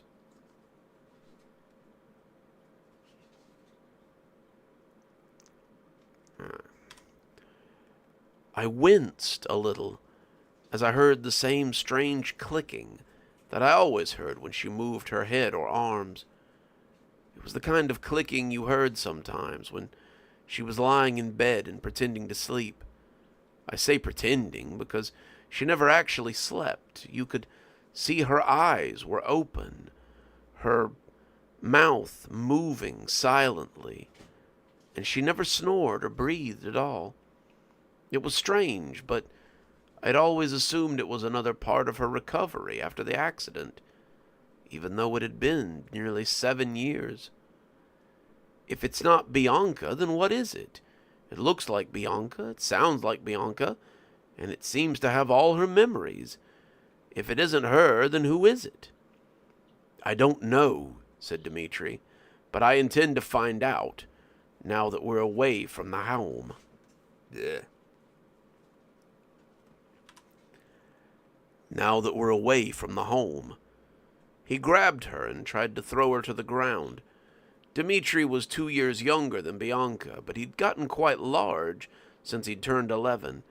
He'd been going out for sports since he'd started school, and he had grown in both size and weight since then. Even so, he couldn't push Bianca over.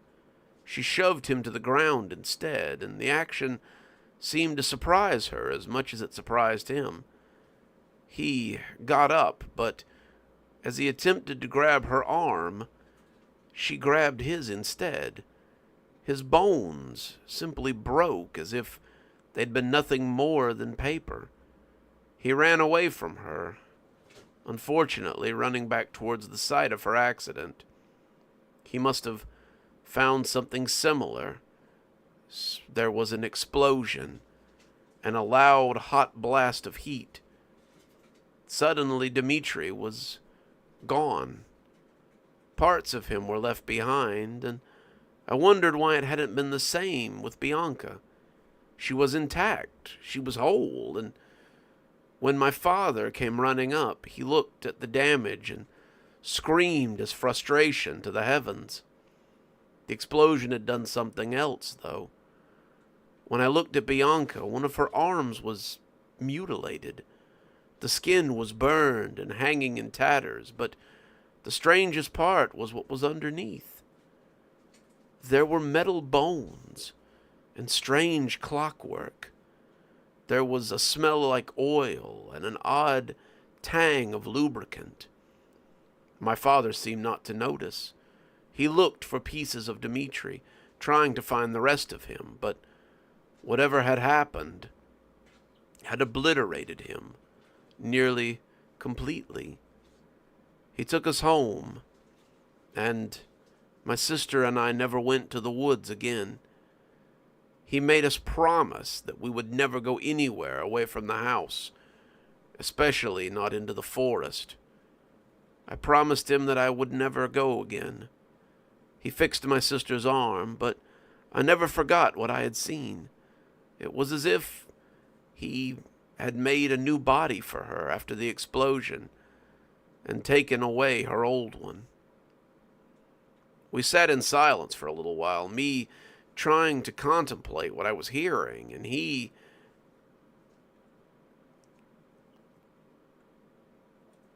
Yeah. Sorry, guys. Give me a second. We sat in silence.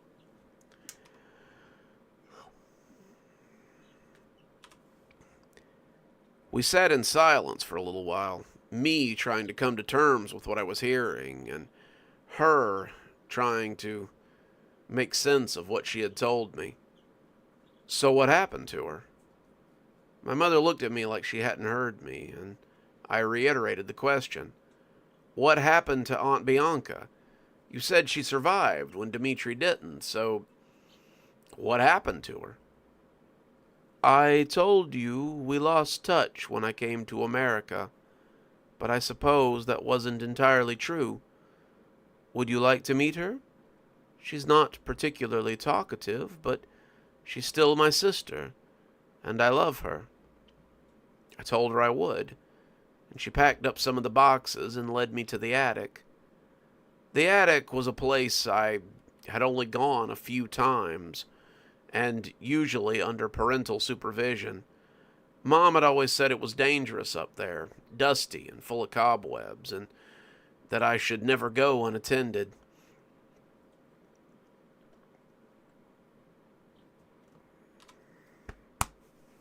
Ugh. I had never really gone... I had never really had any reason to go up there, so it was usually just to collect Christmas decorations or to get something for one of my parents. We dropped off our boxes, and Mom led me slowly to a back corner of the attic. She moved some things aside, being careful as she did, and suddenly I saw her there. She was leaned against the wall as if she were an exceptional bit of taxidermy, but it was clearly her.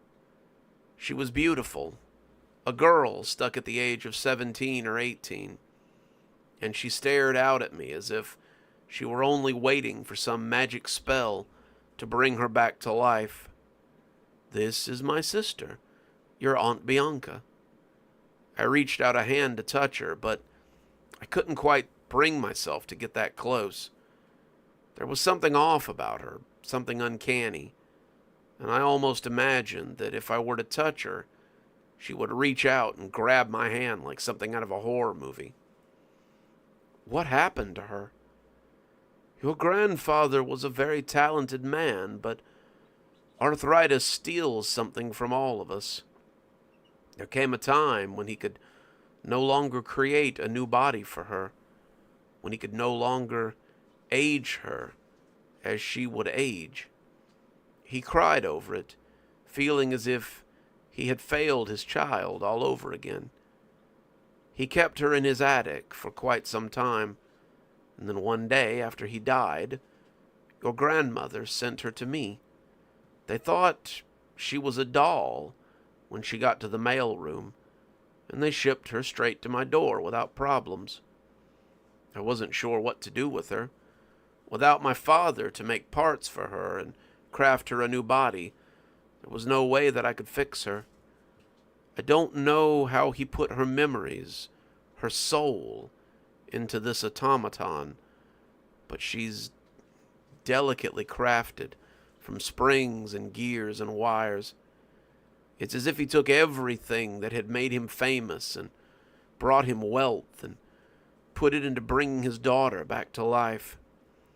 I think that's why he was so distraught when he realized he couldn't do the same for Dmitri. Dmitri was gone, and there was nothing to use to give him the same treatment that he had given my sister. Dmitri was lost forever, but Bianca was still here. She's always here, and she always will be. Whatever my father did to make her move and give her life is lost. Everyone I speak to tells me that what I'm talking about is impossible, and that there's no way that such a thing can exist. Perhaps they're right, but you see differently, don't you? My sister is here before you, just as real as she always was. But I can do nothing for her. When I die, I suppose you will be the one to keep the secret. I've thought a lot about my aunt, frozen there in the attic. I don't know what I'll do when the time comes for me to inherit the secret my mother has left behind, but I hope I'll have a while to contemplate it. All right, there you go. Bit of a longer one this week. Looks like we've got one more left, though, so let's see if we can't bang that one out. Losing my voice here. Sorry, guys. Let's see. I'm sorry, what the? Where is that other story?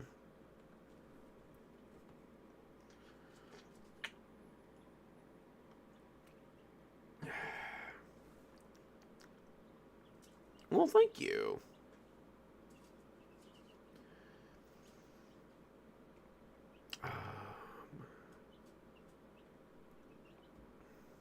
What the heck?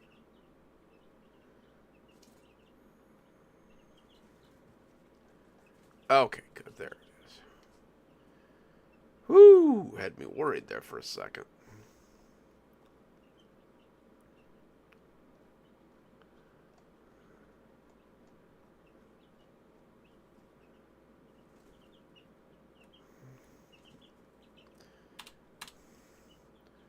Got ourselves some emotional horror this week, it looks like. Let me move this one over, and then we'll get to our last story of the evening.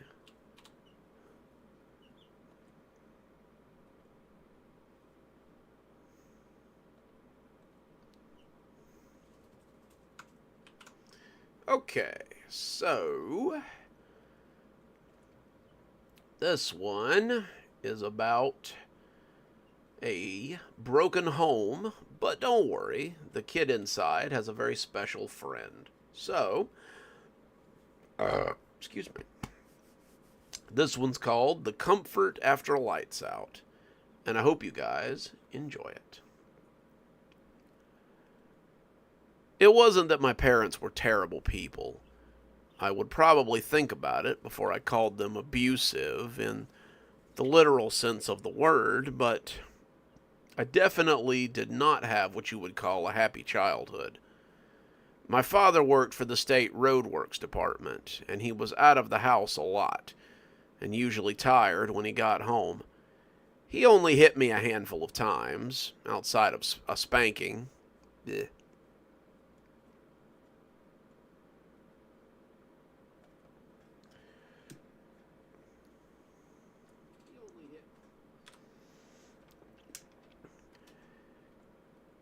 He only hit me a handful of times, outside of a spanking here or there, but he usually preferred not to know I existed when he was home. He wanted to sit in his lazy boy and watch TV and drink beer and just forget that once upon a time he'd had dreams and aspirations. My mother was the manager of a grocery store, and her greatest aspiration in life was to be the general manager of said grocery store.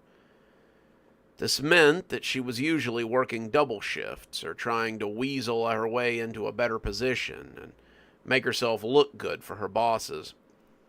I never doubted that my mom loved me, but she would have had to have been home to show me love.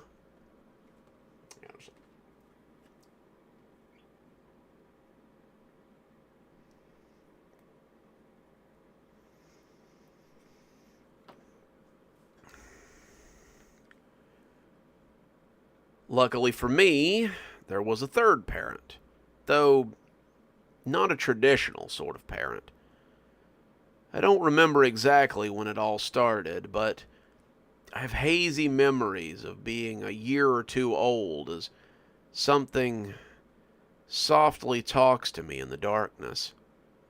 I was never really afraid of the dark. I think whatever this was the reason.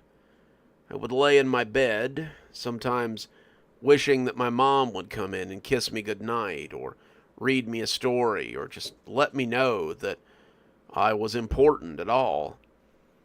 And then a warm presence would sing to me and soothe me and tell me that I had value. It would never touch me, but just its presence was enough to let me know that it cared. My house was sometimes a little shadowy at night, and without anyone there to clean up or straighten things, it was usually a mess. I wasn't afraid of the dark, but I was sometimes afraid of the lumpy shadows that I saw in the dark. Piles of dirty clothes, or stacks of old dishes, or even bags of trash that I'd tried to pick up and then left to molder in the corners of my room. Sometimes these things would become monsters after dark. But whenever I was afraid, the voice would come and tell me that everything was going to be okay, and that I was valued and loved. I don't remember putting a name to it until I was about 5 or 6, but after that, I just called it the voice. I'm aware of how many...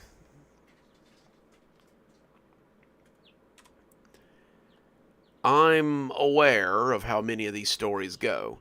The voice is a demon or some kind of monster that's just trying to gain my trust so it can get me, but the voice was never like that. It spoke in a multitude of voices, all of them saying the same thing and all of them wishing me the same sentiment. I was just a little kid, and by the time I was old enough to really think about it, it had just become normal. The voice wouldn't come out until after lights out. I'd never seen the owner of the voice, except that, well, sometimes it would form itself into a vaguely human-looking shadow. It never tried to get me to do anything, or get me to tell it anything. It was just there to soothe me, to make sure that I knew and appreciated.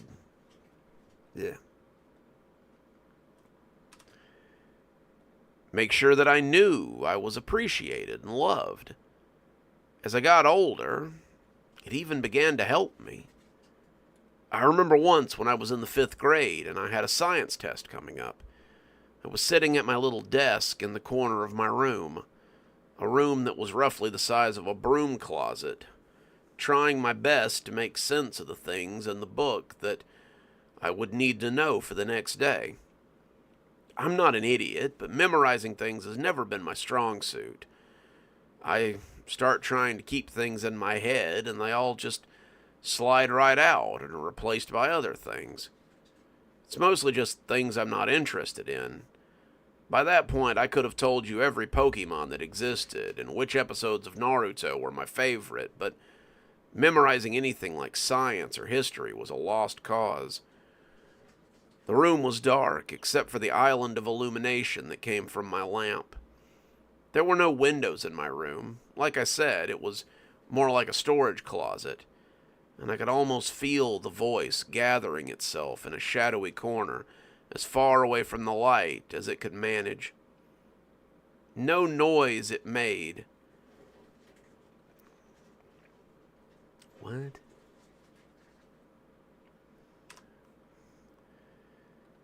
The noise it made as it arrived was odd, like the whispering of hairs across carpet, and I couldn't help but smile a little as I felt its eyes rest on me. "What's wrong, Daniel?" "I've got this test tomorrow. It's going to be 30% of my grade, and I can't make the information stay in my head. I try and I try, but I just can't retain any of it." The voice was quiet for a moment, seeming to hold counsel with itself. And when it came back, the voice sounded pleased. "Why don't you go to bed, Daniel? Leave your book open on the desk and turn the lights on."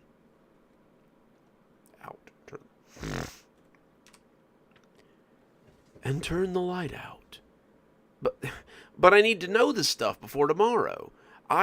Let us worry about that. You get some rest, and we will be there to help you tomorrow. I wanted to argue, but the voice had never steered me wrong before. It had always been there to help me when no one else was, so I left the book open to the page that I would need to study, and turned off the lamp before climbing into bed. The voice stayed in the corner as I climbed under the covers and snuggled down, and as it was sending me to sleep, I remember thinking that everything would be okay. The next day I woke up with a sharp pain in my ear and a real concern for what I was going to do. I thought I was getting an ear infection or something, but no matter how much I scratched or pulled at my ear, I never got any alleviation. It felt like something was in there, but I could never get it out. I tried to ignore it as I studied on the bus, obsessing over this test and getting more and more worried the closer we got to school. I almost jumped when a voice in my ear told me not to worry and that everything was going to be okay. I asked in a whisper if it was the voice, and it said it was. It told me that it had the information I needed and that it would help me pass the test if I wanted it to. I said of course I did. I thanked it for helping me, and as I sat in class and tried not to pull at my ear, the voice gave me the answers I needed to pass the test and not fail science. I had needed that 30% to stay in the solid C range where I mostly hung out, and it had helped me avoid summer school that year.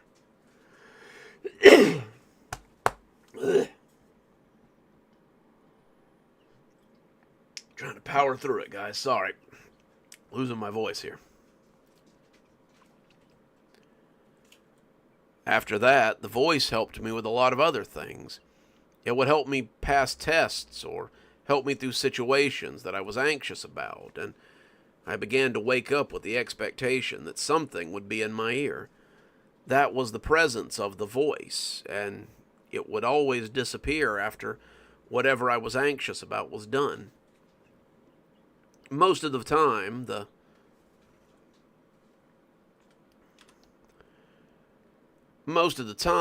voice was there to help me through moments of hardship. When my mother missed my birthday, the voice was there to tell me that I deserved better. When my dad would tell me he wished I had never been born, the voice would let me know that there were those who cared about me.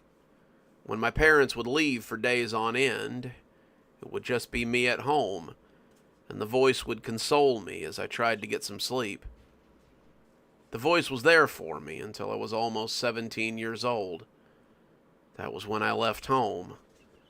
That was also the night my dad died.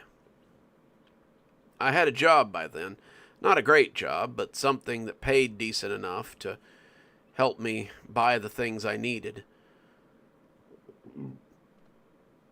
Excuse me.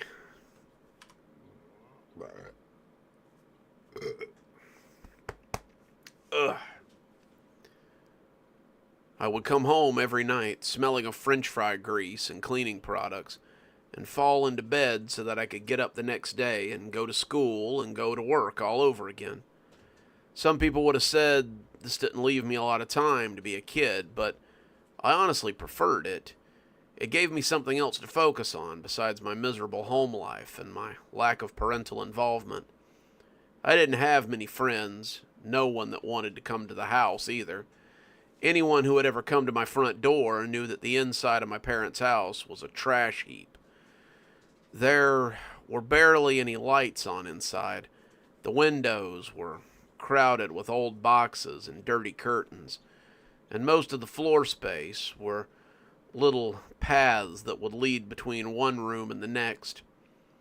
My father had been out of work by this point for the past year, something that had put a strain on everyone in the house. His unemployment had run out months ago, and he'd started drinking at an alarming rate. The dirty house had been cluttered with beer bottles and wine boxes, and he would sit on the couch all day and just watch TV and complain.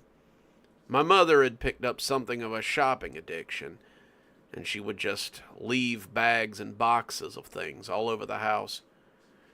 It was probably done to make up for my father's lack of emotional support, but it cluttered the house even more than Dad's trash. She never wore or used half the stuff she bought. The new packaging would just be covered in dust in a matter of weeks, and it would be just one more thing to trip over if you weren't expecting it.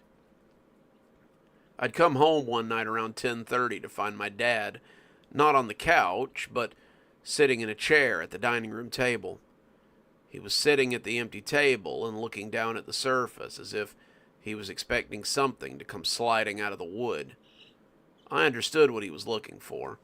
Mom clearly hadn't come home yet, and she was probably out shopping or working late. Dad had expected someone to make him dinner. His lack of dinner hadn't stopped him from piling up 5 or 6 beer bottles, and when he turned his bloodshot eyes towards me, I could see that this wasn't going to end well. "Where's my dinner?" I pushed into the house, sending beer bottles scattering noisily and making bags and boxes groan in protest. And as I shut the door, I turned back to tell him that I'd just got home and I hadn't cooked anything. "Obviously, but where's my dinner? You and your mother are out of the house all day and it's just me here to fend for myself. The least that one of you could do is make me some dinner so I don't starve to death." Started trying to make my way to the kitchen, but he shifted gears on whatever mental process he had been working on very suddenly. The bottles on the table clinked and jostled angrily as he stood up, his hands leaving clean patches on the wood as he stood to tower over me. "I feed you, I clothe you, I put a roof over your head, and you can't even make sure I have dinner. What good are you? You provide nothing for this household, and yet you still have the nerve to look at me with such insolence. I've got an idea. Why don't you get out?" It wasn't the first time he had told me to get out, but usually I got halfway through packing my stuff and found him passed out somewhere in no condition to do anything. Today, however, he was angry and seemed intent on putting his 17-year-old son out of the house. "It's the middle of the night, Dad. I've got school in the morning. I've just come home off an 8-hour shift. I just want to go to bed, and I would have thought..." Oh, nope, that's not the line. I wouldn't have thought he could move so quickly for a drunk man, but when his hand came into contact with the side of my head, it rocked my entire face to the side. "I didn't ask. I want you gone. You're nothing but a drain on this household, and if you won't leave, then I'll make you leave." He had his fists balled up, his last stinking words smelling like a distillery. I wasn't going to fight my dad. He was a whole head taller than me, and his arms looked like they were made out of corded muscle. He was going to beat me near to death, whether I stood up or not, and I pulled myself into a ball as I went to my knees and tried to protect myself. I kneeled in that ball for a count of 30, and when he didn't hit me, I thought maybe he had come to his senses. Maybe the drink had worn off a little bit, and he had decided not to beat me to death. Maybe after years of drinking himself into oblivion, he had finally come back to something like sense and recognized what he was doing. It was none of those. I looked up to find that my father had frozen in the shadow between the living room and the dining room. He seemed to be straining a bit as he tried to lift his hand, but he just couldn't get it to come up. He looked down at it in confusion, and I could see that it was bathed in a deeper sort of darkness. The darkness surrounding his hand almost seemed to move, like wind on an oil slick, as it wrapped around him, careful to stay out of the light. It pulled him into the dark kitchen, and I heard him begin to scream. I couldn't move for a moment. I was terrified of what I had seen. It dragged him away, this giant of a man who had towered over me my entire life. If it could do that to him, then what could it do to me? I didn't want to find out, so I'd stayed as still as I could and listened to him trying to fight whatever shadowy creature this was. As his pleas and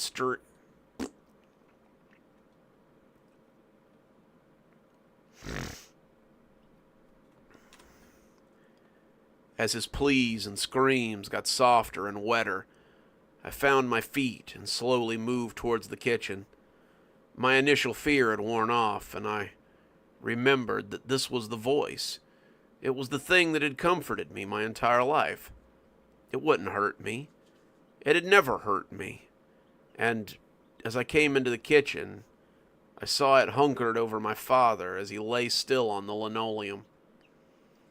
I reached out without thinking and turned on the light, just wanting to look at it before I could think better of it. And as the light hit it, I saw the human-shaped entity melt into a pile of thousands of writhing bugs. Not just bugs, cockroaches.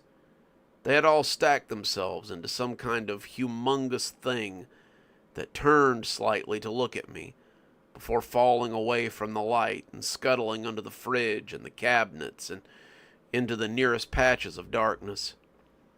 They left my father there on the floor, as many of them came pouring out of his mouth, his eyes, his ears, his nose, and everywhere else.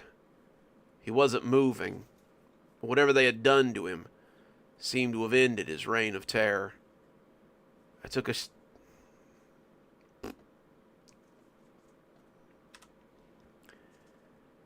a shaky step backwards, and then I heard the multitude of voices calling my name. They called it a few more times as I ran, but I didn't stop. I ran out the door and I kept running until I made it to the bus station, a few blocks from my house. I called the closest thing I had to a friend at the restaurant where I worked, and he let me stay on his couch for a few months until I found something different. Mom called me to find out what had happened to Dad, but I told her that he'd been like that when I got home. I refused to come back to the house, telling her that I wasn't going to live there anymore. She questioned it, but I think she knew it had something.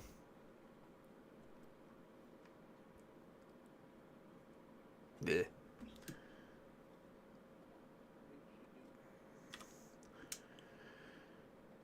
I think she knew I had seen something in there.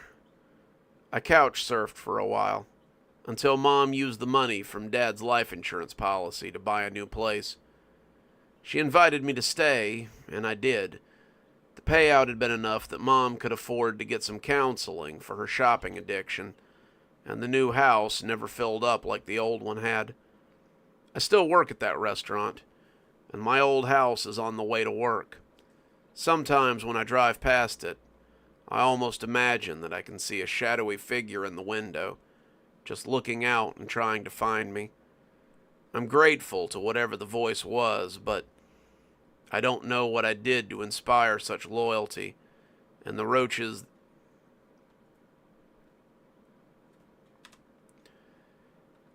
that made that garbage dump their home.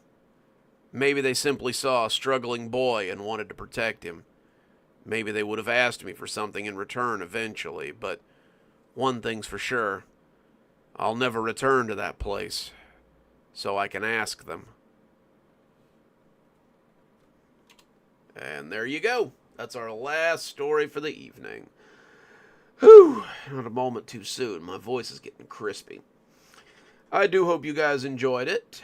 Hope you guys enjoyed our stream tonight. Hope you'll join us again next time. And hope you guys have a great week. Look forward to more cozy horror this week. And hope we see you guys next time. I'm going to sign off and go rest my voice a little bit, because I've got some voice work I got to do tomorrow too. But I hope you guys have a great evening, and I hope we'll catch you guys next time. Dr. Plague, signing off. Have a wonderful evening, guys, and thanks as always.